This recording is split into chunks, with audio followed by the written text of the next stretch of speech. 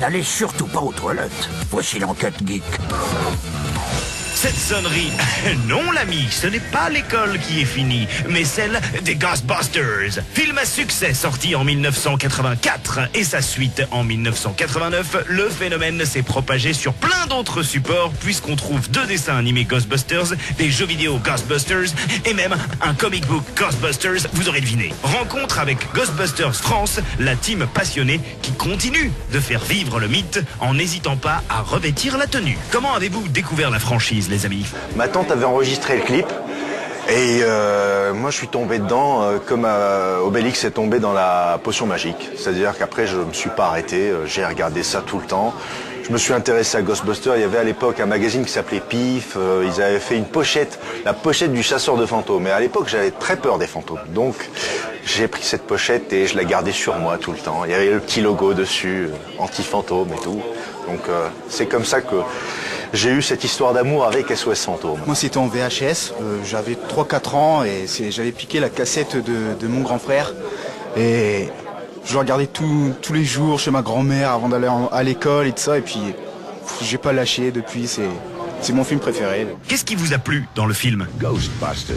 Le paranormal, le fantastique, mais au-delà de ça, il y a aussi tout l'esprit et la magie des années 80. C'était une époque extraordinaire. J'étais à fond dans ce côté un peu loser-winner, quoi. Voilà. C'est les effets spéciaux qui sont plutôt mauvais, on va dire, comparé à ceux de nos jours, mais qui en même temps, la qualité des films est meilleure que certains films de... On sentait le travail humain, en fait. Le travail. Quel est votre personnage préféré? Peter McMahon, pour moi, c'est le côté leader, le côté dragueur, le côté grande gueule. D'ailleurs, c'est pour ça que je suis le porte-parole, voilà, parce que les autres s'écrasent, voilà. Non, en fait, c'est le côté un peu responsable et d'une société qui s'occupe du paranormal à New York. C'est extraordinaire, faut le faire, quoi. Pour moi, c'est Bill Murray, c'est un héros.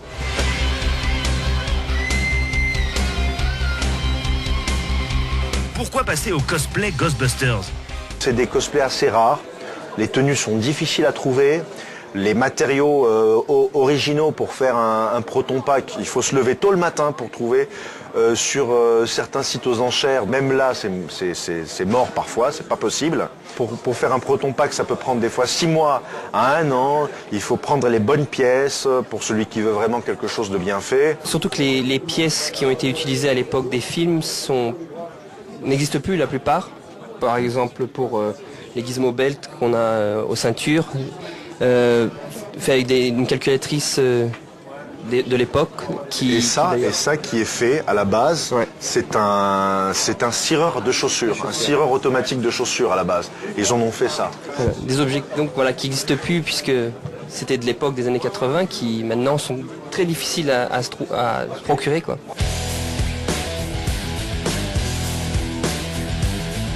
Les cosplayers Ghostbusters se multiplient dans le monde, mais pourquoi vous, en France? Donc on était plus ou moins tous de la partie, on s'est dit voilà, en France il n'y a rien, on avait juste un petit forum à la base, mais on ne bougeait pas trop sur le forum, et là on s'est dit on va vraiment créer notre franchise, Cocorico, pour montrer qu'on est là, et on va faire jaillir la magie Ghostbuster en France. On voulait le faire, on s'est dit on est 4 pecnos disséminés sur la France, il faut quand même qu'on fasse quelque chose. Voilà. Et ce qui a été très enrichissant, c'est les expériences lors des conventions et lors des sorties que l'on a fait. Ça a été de la magie, quoi, de la pure magie, jusqu'aujourd'hui. Et avec nous, vous avez affaire à des pros.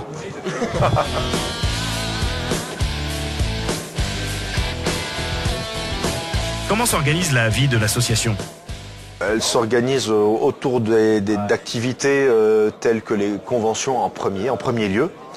Mais pas que, c'est-à-dire que nous avons pris une décision commune grâce à notre président ici présent de